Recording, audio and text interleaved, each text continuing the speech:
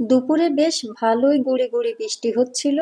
আর এই বৃষ্টির মধ্যে দেখেন আমার আব্বু বৃষ্টিতে ভিজে ভিজে তার গাছের যত্ন নিচ্ছে। দুপুরবেলায় আমাদের বাড়ির সবার খাওয়া দাওয়া শেষ হয়ে গেছে, তো আব্বু আম্মু বারান্দায় শুয়েছিল, আমি ঘরে বসে একটু মোবাইল দেখতেছি। এর মধ্যে দেখি আমার আব্বু বৃষ্টিতে ভিজে বাইরে এই যে গাছের কাজ করতেছে। আমি তো প্রথমে বারান্দায় দাঁড়িয়ে আব্বুকে বললাম, আব্বু কেন আপনি এই বৃষ্টিতে ভিজে এই গাছের গোড়ায় ছাই দিচ্ছেন?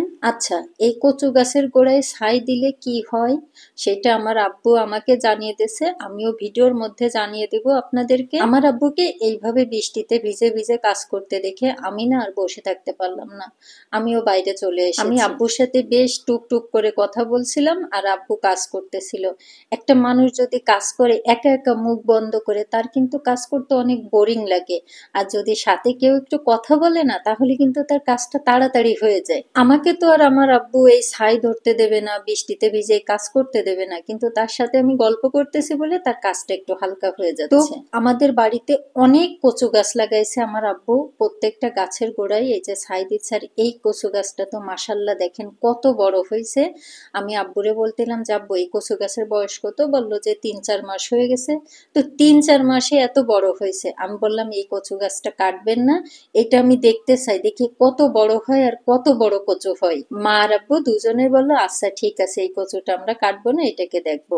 আর এই যে একটা কচু গাছ থেকে জানেন আমার আব্বু কতগুলো কচু গাছ বানাইছে। এখানে শুধু কচু গাছ না, পেঁপে গাছ, ভেন্ডি গাছ, মেহেন্দি গাছ, তারপরে আরো ওই পাশে গাছ আছে, সেগুলোকেও দেখাবো। সেখানে আতা গাছ, আম গাছ, জাম গাছ, আদা গাছ, বিভিন্ন ফুলের গাছ, যেখানে যে গাছ পায় সেই গাছ এনে আমার আব্বু বাড়িতে লাগিয়ে দেয়। আর জানেন আমার আব্বু যে গাছটা লাগায় সেই গাছটাই বেঁচে যায়, গাছ কিন্তু মরে না। কিছু কিছু মানুষের হাত ভালো থাকে, সে গাছ লাগালে গাছে ভালো ফল হয়, গাছ বেঁচে যায়। আবার কিছু কিছু মানুষ গাছ লাগালে দেখবেন বাঁচতে চায় না। আর আমার আব্বু গাছের যে যত্ন নেয়, নিজেরও কিন্তু অতটা যত্ন নেয় না। এই যে আমার আব্বুকে দেখতেছেন না, আমার আব্বু জানেন একটা অপারেশন করা আছে, তার ছোট একটা অপারেশন করা আছে, এখনো সে অসুস্থ।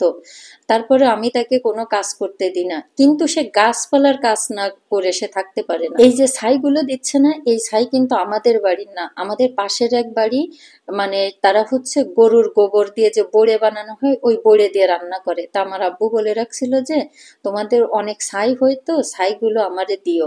তো আজকে 2 বস্তা ছাই দিছে, আর এই 2 বস্তা ছাই সমস্ত গাছের গোড়ায় দিয়ে দিয়ে আবার তাদেরকে বস্তাগুলো ফেরত দিতে হবে।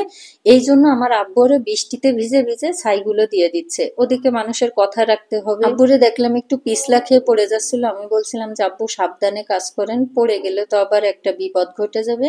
তো 1 বস্তা ছাই শেষ হয়ে গেছে, এখন আর 1 বস্তা এনে দিচ্ছে। এইবার বলি, এই কচু গাছের গোড়ায় ছাই দিলে কি হয় আমি জানতাম না। আমি আমার আব্বুর কাছে জিজ্ঞেস করলাম, তখন আমার আব্বু বলল কি, এই ছাই কচু গাছের গোড়ায় দিলে গাছের গোড়ার মাটি নরম হয়, নরম হয়ে গেলে কচু গাছের মানে নিচ থেকে অনেক শিকড় গজায় আরো ভিতর দিকে চলে যায়, কচু গাছে ছোট ছোট চারা জন্মায়, আর কচু কিন্তু অনেক মোটা হয়। এই ছিল হচ্ছে কচু গাছের গোড়ায় ছাই দেওয়ার কারণ। আসলেই কিন্তু কচু গাছের গোড়ায় ছাই দিলে সেই কচু অনেক মোটা হয়, এটা আমি নিজের চোখে দেখেছি, কিন্তু কারণটা কি সেটা আমি জানতাম না, আজকে জেনে নিলাম। এখানে কমপক্ষে মনে হয় 50টা কচু গাছ আছে। তো এখানে আমার আব্বু মাত্র একটা কচু গাছ লাগাইছিল।